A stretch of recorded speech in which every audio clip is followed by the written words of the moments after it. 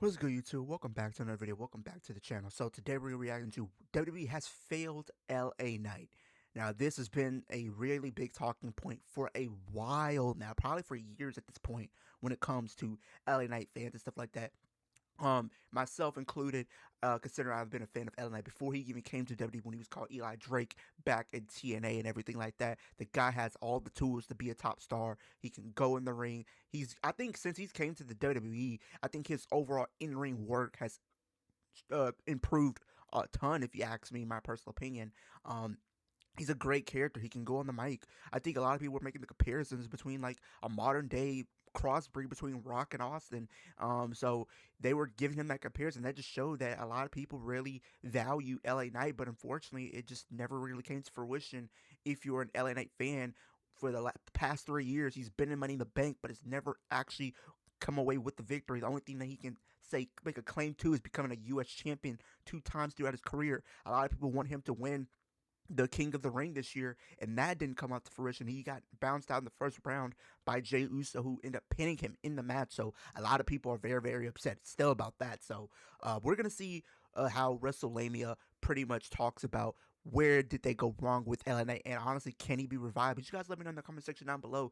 Do you think there is some way, shape, or form that LA Knight could still be saved, or is this or has the damage already been done at this point for an LA Knight? Let me know in the comment section down below. But without further ado, let's get into it. WWE fans have been urging WWE to push LA Knight. However, every time it looks like LA is going to get his big break, WWE pulls the rug right from underneath him. Why exactly does WWE do this? Does the head of WWE Creative, Triple H, have a personal dislike of LA Knight, or is WWE steadfast in their commitment to keeping LA at a certain role? Join us now as WrestleMania looks at why WWE have failed LA Knight. Be sure to subscribe and hit that notification bell for daily wrestling videos. An organic rise. When discussing LA's WWE run, it's important to address the fact that his main roster run started off on the wrong foot. Vince McMahon decided that he wanted LA Knight to be a manager rather than an in-ring talent. This made zero sense, as despite LA being one of the more older names on the roster, he had a highly successful in-ring run in NXT. McMahon's bold pitch was to ditch the LA Knight character in favor of Max Dupree. Dupree would be a manager of a modeling agency, and this new character didn't remotely align with the prior NXT work, and it led to more questions than answers. It was a complete waste of his talents, and yet it was another sign that McMahon had lost touch with how to handle new additions to the WWE main roster. Upon Triple H taking over WWE Creative, one of his first moves was ditching the Dupree persona, and LA Knight would return to our screens in an infamous backstage segment, which pretty much retconned the entire male modeling persona. The game's approach for LA Knight was that he would revert him to his NXT persona and would book him to enter into a feud with Bray Wyatt, who'd only recently returned to the promotion. There was a ton of pressure on LA Knight, as in the eyes of the main roster audience, LA was a new talent, but he did a tremendous job with the character and feud. Whilst the feud was without a doubt designed to reintroduce Wyatt to the audience, it ultimately helped LA Knight connect with the live crowds, and coming out of the feud with Wyatt, he had magically become one of the most over acts in the entire company. This positive crowd response didn't go away anytime soon, as throughout 2023, the fans firmly decided that LA Knight was a special talent. The reactions began to get louder and louder. By the time we entered the summer of 2023 and WWE hosted their annual Money in the Bank PLE in London, England, LA was a firm favorite to win the entire thing and potentially get a run. Which is baffling, right?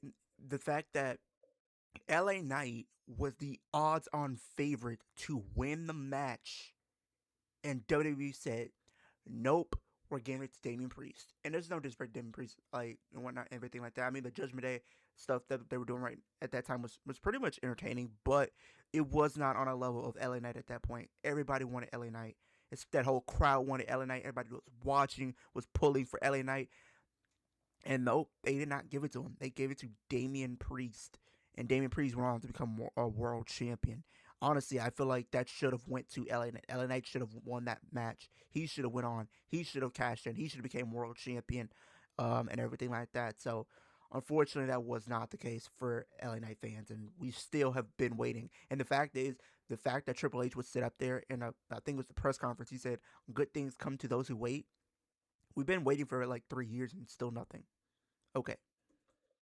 As world champion, his time will come. Unfortunately, WWE had no plans to crown LA Knight as Mr. Money in the Bank, and there was definite disappointment from the live crowd when WWE decided to go with Damian Priest as the winner of the annual matchup. Fans would question this move, as Money in the Bank would be usually reserved for those talents who are on the brink of a main event run, and the common consensus from fans is that Priest wasn't quite ready yet. The head of WWE Creative would address why LA Knight didn't win during the post-show press conference, and the game stated that LA Knight was indeed a massive favorite to win, but great things will come to those who wait. I know LA Knight was a massive favorite coming in tonight, continuing that ascent. Great things come to those who wait, right? And I think that rise is just getting started. But this quote came at a time in which the game still had a lot of equity with the fans. Believed him. Hey, we believed him. However, it became apparent that this big win wasn't gonna come.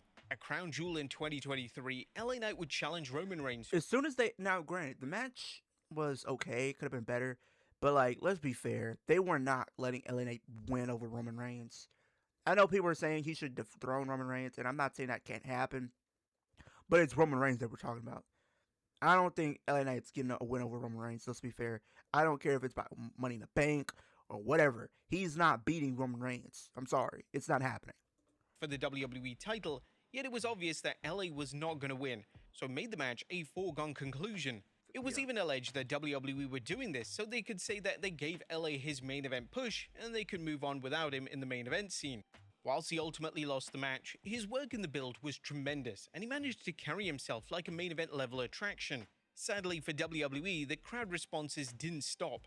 Knight was still one of the most over acts in the entire company, and if anything, the Roman Reigns feud showed the world that he was more than ready to be taken seriously in the upper echelon of WWE.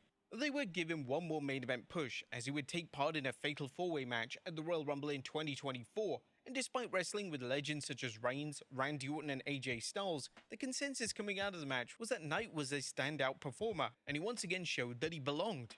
WrestleMania 40 was another standout night for LA Knight, as his match with AJ Styles was received extremely well. AJ's WrestleMania history was a mixed bag to say the very least, so it was fantastic to see AJ finally receive another WrestleMania match that was well liked by the audience. Coming out of the AJ feud, there was some hope that WWE would commit to giving LA Knight a world title push, but it just never occurred. He once again lost his chance at Money in the Bank 2024, and it quickly dawned on the fans that Triple H just had zero interest in making him world champion. The game would book LA to defeat Logan Paul for the US title at SummerSlam 2024, and this was seen by many as a consolation prize. Exactly, and I was about to say that. I wasn't mad at the fact that he won a title, but we knew what WWE were doing. WWE were not giving LA Knight the world championship. We knew that was not happening. Especially around this time when you had Roman and Cody in the mix, it was not happening. WWE was not going to throw the wrench in plans and giving LA Knight the briefcase and giving him the world title. It wasn't going to happen.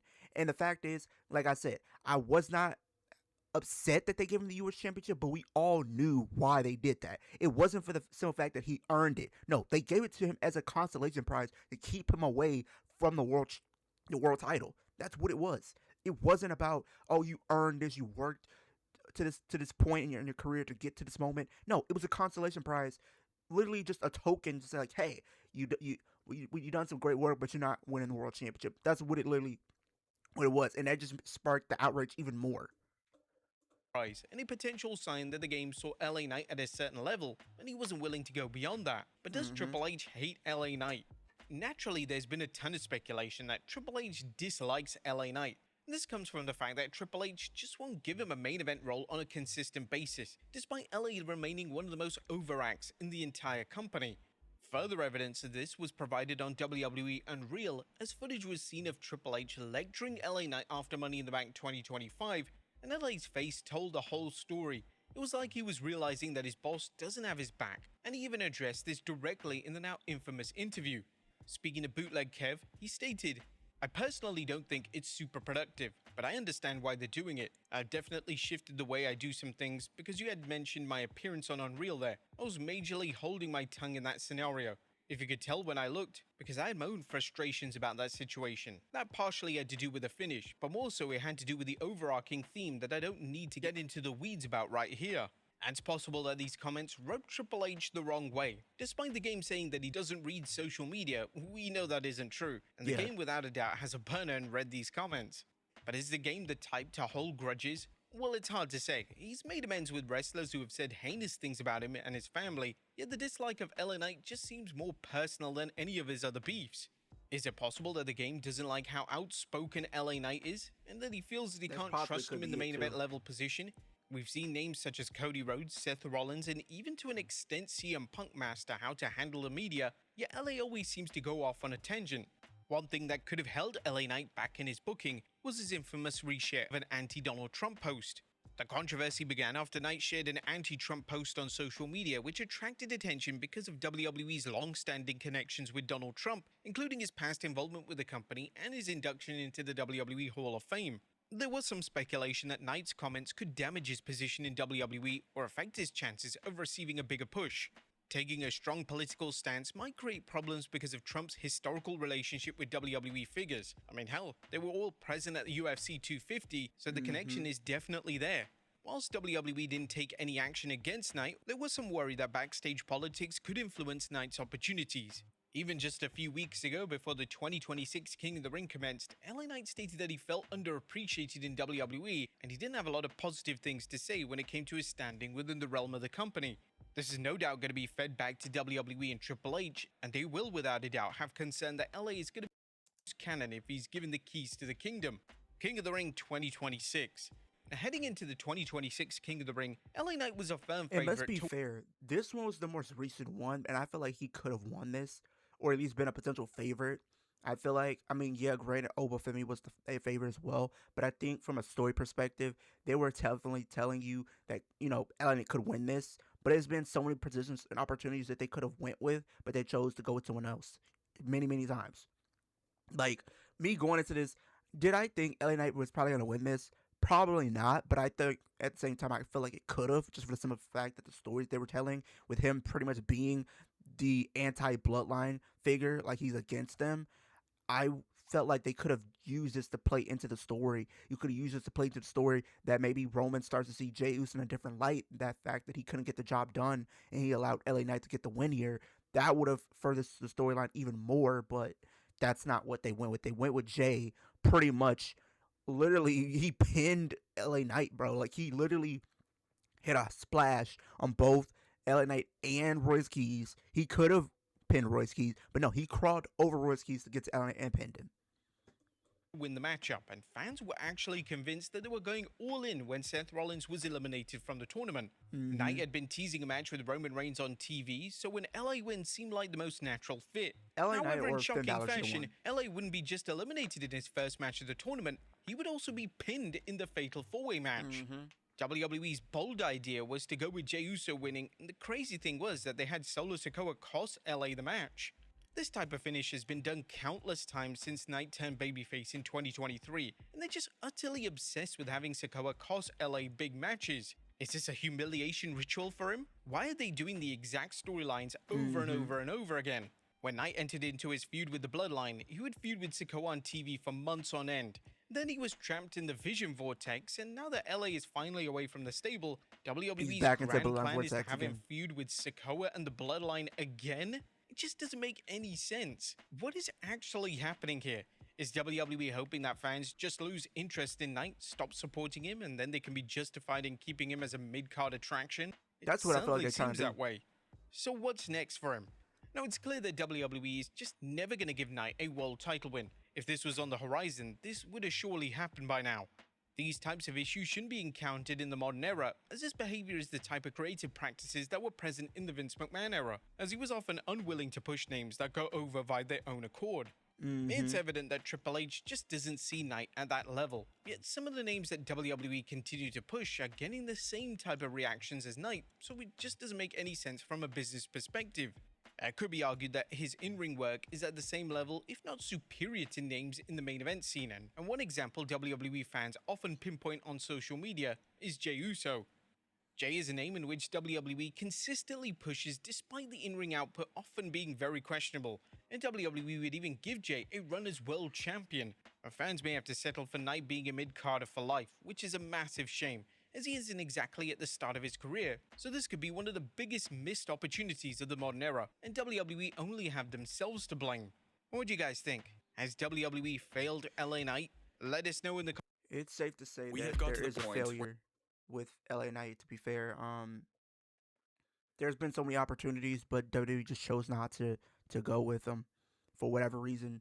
Um, I don't know what else you can do to salvage the idea that he's gonna become Money in the Bank this year. 'Cause I know a lot of people are saying that they're gonna do have him win Money in the Bank, considering Money in the Bank is gonna be in October this year. I don't even see that. I want to believe it, but it's one of those things where I'll believe it when I see it. So we'll see if he ends up potentially finally getting over that hump and breaking through that glass ceiling and becoming Mr. Money in the Bank. But you guys let me know in the comment section down below. Do you guys think WWE has indeed failed LA Knight? And my question to you guys, what moment do you believe WWE failed LA Knight? Let me know in the comment section down below. Road to 2,000 subscribers. Ultimate goal is 10,000 by the end of 2026. Follow me on all my social media platforms as well, and everything like that. But with that being said, hope everybody has a great day, great rest of their week, and I'll see you guys in the next video.